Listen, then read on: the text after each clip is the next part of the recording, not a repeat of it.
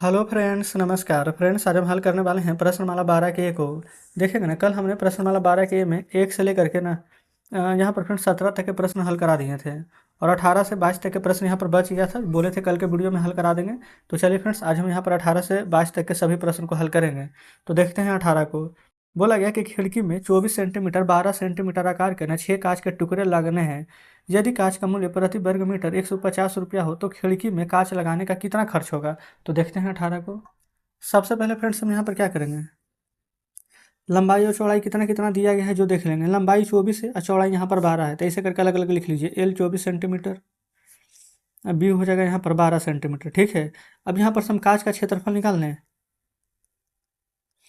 कांच का क्षेत्रफल क्या हो जाएगा, एल इंटू बी, लंबाई गुने चौड़ाई। एल है 24 और बी है 12। 24 गुने 12 कीजिए ना, 24 दूनी के 48 और 24 से 4 28, तो 288 सेंटीमीटर है। तो ये हो जाएगा हमारे यहाँ पर सेंटीमीटर स्क्वायर। आप कहेंगे बिल्कुल। अब देखेंगे 6 कांच के टुकड़े लगाने हैं, एक कांच का टुकड़ा लगाएंगे तो 288 सेंटीमीटर स्क्वायर लगेगा। तो यहाँ लिखेंगे 6 कांच के टुकड़े का क्षेत्रफल बराबर 288 में यही वाला 6 से हम गुणा कर देंगे।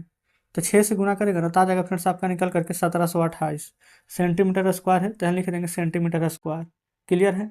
अब देखिए, यदि कांच का मूल्य है 150 रुपये, ठीक है, तो कुल खर्चा कितना होगा। अच्छा, 1728 हमारा सेंटीमीटर स्क्वायर है। ठीक है, हमें फ्रेंड्स यहाँ पर देखेंगे ना कितना बोला गया है, वर्ग मीटर में दिया गया है। ठीक है, तो 1 मीटर में 100 सेंटीमीटर होता है, तो सेंटीमीटर को मीटर में बदलेंगे तो 100 से भागा देंगे। अगर 1 सेंटीमीटर रहता तो हम 100 से भागा देते, लेकिन सेंटीमीटर का स्क्वायर है 2 बार है, तो हम 2 बार गुना करेंगे। खर्च कितना है 150 रुपया, तो 150 से यहाँ पर गुना कर देंगे। ठीक है, देखेंगे 25 × 100, 25 × 6 = 150, 2 दूनी के 4, 2 तिया के 6। अब कटेगा, 2 से ये काटिए, 2 × 8 = 16, 2 × 6 = 12, 2 × 4 = 8, 864 और नीचे 100 है। अब रहने दीजिए, इतना ही रहने देंगे। नीचे 100 रहेगा ना तो दशमलव देने में आसान रहेगा, जितना जीरो उतना के बाद दशमलव दे देंगे। ऊपर आइए, 3 × 12 = 2, हाथ में 1, 6 × 3 = 18, 19, 8 × 3 = 24, 25, 2592 / 100। ठीक है, नीचे देखेंगे फ्रेंड्स 100 था, यानी कि 2 जीरो था, तो ऊपर 2 अंक के बाद दशमलव दे देंगे। तो बोला क्या गया है, तो खिड़की में कांच लगाने के लिए कितना खर्च होगा, तो 25 रुपये 92 पैसे, 25.92 रुपया भी लिख सकते हैं। तो ये फ्रेंड्स हमारा 18 नंबर का आंसर आ जाएगा। ठीक है, देखेंगे इतना ही आसान था। 19 में आएंगे। बोला गया है कि कमरे में फर्श का आकार 4 मीटर 83 सेंटीमीटर गुने 3 मीटर 78 सेंटीमीटर है। इस पर समान माप के वर्गाकार टाइल बिछाने का आकार में सबसे बड़े वर्गाकार टाइल की माप क्या होगी, जिससे कि टाइल को बिना काटे ही फर्श को पूरा पूरा ढक सकें। फिर आवश्यक ऐसे टाइलों की संख्या भी निकालिए। संकेत दिया गया है 4। देखेंगे 4 मीटर 83 सेंटीमीटर को ना हम यहाँ पर सिर्फ सेंटीमीटर में बदलेंगे, तो 1 मीटर में 100 सेंटीमीटर। जैसे इसको समझिए पहले, 1 मीटर बराबर 100 सेंटीमीटर, तो कितना था 4 मीटर 83 सेंटीमीटर। तो इसको ऐसे नहीं लिख सकते हैं, 1 मीटर में 100 सेंटीमीटर, तो 4 मीटर बराबर 400 सेंटीमीटर। तो देखेंगे 4 मीटर के हो गया 400 सेंटीमीटर, 83 सेंटीमीटर पहले से था, तो 83 जोड़ेंगे तो यहाँ पर 483 सेंटीमीटर आ जाएगा, है ना। तो आप कहेंगे बिल्कुल। तो एल इंटू बी है, तो लंबाई की जगह पर 483 और चौड़ाई की जगह पर 378 लिख सकते हैं। एल की जगह पर 483 सेंटीमीटर, बी चौड़ाई की जगह पर 378 सेंटीमीटर। आप कहेंगे बिल्कुल। अब यहाँ पर देखेंगे पूरा पूरा ढकने के लिए बोला गया ना, तो मौसा निकालेंगे। यहाँ पर बोला भी गया है 483 378 का मौसा निकालिए। मौसा निकालने के लिए आपको ऑलरेडी बता दिया। देखेंगे मौसा निकालेंगे तो 21 आएगा, ये भी यहाँ पर बताया गया है। तो यहाँ पर हम ऐसे लिख देते हैं 483 और 378 का मौसा, यानी कि HCF। आप चाहें तो निकाल लेंगे, कितना आएगा 21 आ गया ना। 21 जो आएगा ना, ये हमारा यहाँ पर क्या होगा, टाइल की भुजा होगा, जो कि 21 सेंटीमीटर दिया गया है। तो लिख लेते हैं वर्गाकार टाइल की भुजा बराबर 21 सेंटीमीटर। अब टाइल की संख्या कैसे निकालेंगे, लिखेंगे टाइल की संख्या बराबर, ऊपर आ जाएगा हमारा फर्श का क्षेत्रफल और नीचे यहाँ पर आ जाएगा हमारा टाइल का क्षेत्रफल। तो फर्श का क्षेत्रफल बराबर फार्मूला लंबाई गुने चौड़ाई एल इंटू बी। ठीक है, टाइल का क्षेत्रफल, टाइल कैसा लगाना, वर्गाकार ना, यानी वर्ग का क्षेत्रफल ये हो जाएगा भुजा का स्क्वायर। या फिर आप भुजा गुने भुजा भी लिख सकते हैं। लंबाई गुने चौड़ाई, लंबाई कितना था 483, यहाँ देखेंगे हल कर रहे हैं 483 गुना चौड़ाई कितना था 378, तो लिखेंगे 378। अच्छा भुजा कितना है देखेंगे, तो यहाँ पर वर्गाकार टाइल की भुजा है 21 सेंटीमीटर, यहाँ लिख सकते हैं 21 सेंटीमीटर यानी 21 का स्क्वायर, या फिर अब इसको ऐसे भी लिख सकते हैं 21 गुना में 21। आप कहेंगे बिल्कुल, अब इसको आपको काट छाट कर देना है।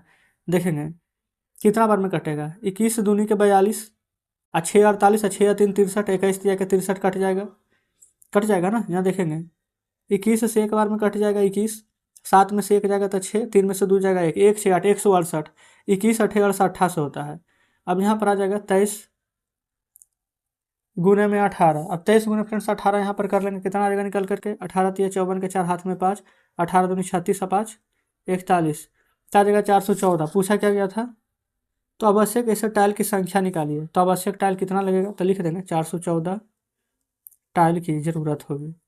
तो इस प्रकार से फ्रेंड्स देखेंगे हमारे यहाँ पर ना 19 नंबर प्रश्न सॉल्व हो जाता है। बताएंगे कोई दिक्कत, आप कहेंगे बिल्कुल भी नहीं है। लंबाई चौड़ाई निकालें, इसका HCF निकाल दिए, ऊपर हमने क्या किया, फर्श का क्षेत्रफल और नीचे टाइल का क्षेत्रफल से भागा दे दिए। तो नेक्स्ट कंप्लीट, आइए आगे 20 पर देखेंगे। 20 में क्या बोला गया ना कि एक कमरे की 4 दीवारी का क्षेत्रफल दिया गया है 77 मीटर स्क्वायर, और कमरे की लंबाई और चौड़ाई 7.5 या 3.5 है। लंबाई 7.5 मीटर, चौड़ाई 3.5 मीटर है, ठीक है। कमरे की 4 दीवारी का क्षेत्रफल यहाँ पर 77 मीटर दिया गया है, ठीक है।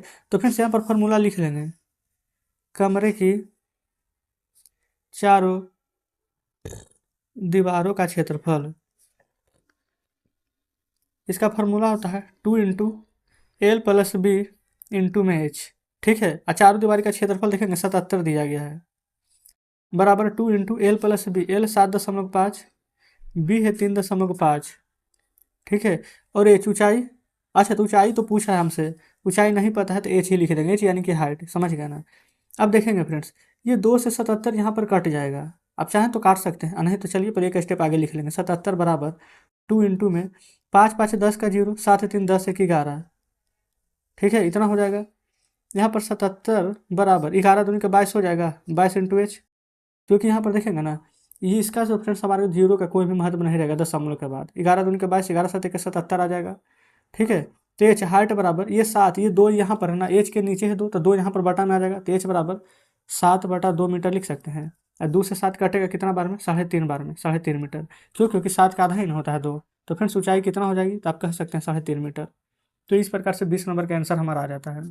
चलिए आगे 21 पर देखेंगे। 21 नंबर को 21 में बोला गया है कि एक कमरे की 4 दीवारी का क्षेत्रफल 120 मीटर स्क्वायर है, यदि कमरे की लंबाई चौड़ाई की दुगना है। याद रखेंगे लंबाई और चौड़ाई, कमरे की जो लंबाई है ना वो यहाँ पर बोला गया चौड़ाई के दुगना, अगर चौड़ाई x है तो लंबाई कितना हो जाएगा 2x, ठीक है। आगे चलिए, फिर बोला गया कि कमरे की ऊंचाई अगर 4 मीटर हो, कमरा की ऊंचाई भी यहाँ पर इस बार दिया गया है 4 मीटर, ऊंचाई यानी एच हाइट 4 मीटर, मीटर में ना, तो सभी को हम यहाँ पर ये में लिख देते हैं यानी मीटर में। तो बोला क्या गया है, फर्श का क्षेत्रफल यहाँ पर याद करना है, तो पहले कमरे की 4 दीवारी का क्षेत्रफल निकाल लेते हैं। कमरे का चारों दीवारों का क्षेत्रफल, तो यहाँ पर लिख लेते हैं कमरे का 4 दीवारों का क्षेत्रफल बराबर फॉर्मूला 2 × L + B × H। तो क्षेत्रफल यहाँ पर इस बार दिया गया है कि नहीं, पहले जो देखेंगे, बिल्कुल 120 मीटर दिया गया है, तो 120, 2 × L + B, L कितना है 2x, B है x, ऊंचाई है 4, तो यहाँ देखेंगे 2 से ये कट जाएगा 60 बार में, 60 बार में 120, 2x और x कितना हो जाएगा, 2 और 1 3x। अच्छा इधर भी ये 4 गुना में है, तो 4 से ना ये वाला फ्रेंड्स 4 से इधर भी कट जाएगा, 15 4 60, तो 15 बराबर 3x, 3 के साथ x के साथ ये 3 गुना में है, तो 3 से 15 कट जाएगा 5 बार में, तो x का मान हमारे यहाँ पर देखेंगे 5 आ जाएगा।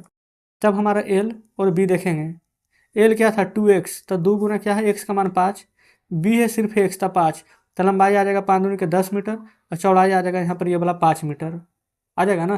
तो हमसे लंबाई और चौड़ाई पूछा गया है, नहीं हमसे पूछा गया ना कि फर्श का क्षेत्रफल ज्ञात करें, तो फर्श का क्षेत्रफल बराबर फॉर्मूला होता है लंबाई गुने चौड़ाई, फर्श का क्षेत्रफल बराबर फॉर्मूला होता है L × B, L कितना है 10 और B कितना है 5, तो 10 5 आ जाएगा 50 मीटर स्क्वायर, अगर सेंटीमीटर में रहता तो सेंटीमीटर स्क्वायर लिखते हैं। तो बताएंगे फ्रेंड्स क्या यहाँ तक में कोई प्रॉब्लम है, आप कहेंगे बिल्कुल नहीं। तो 21 नंबर प्रश्न भी हमारे यहाँ पर सॉल्व हो जाता है।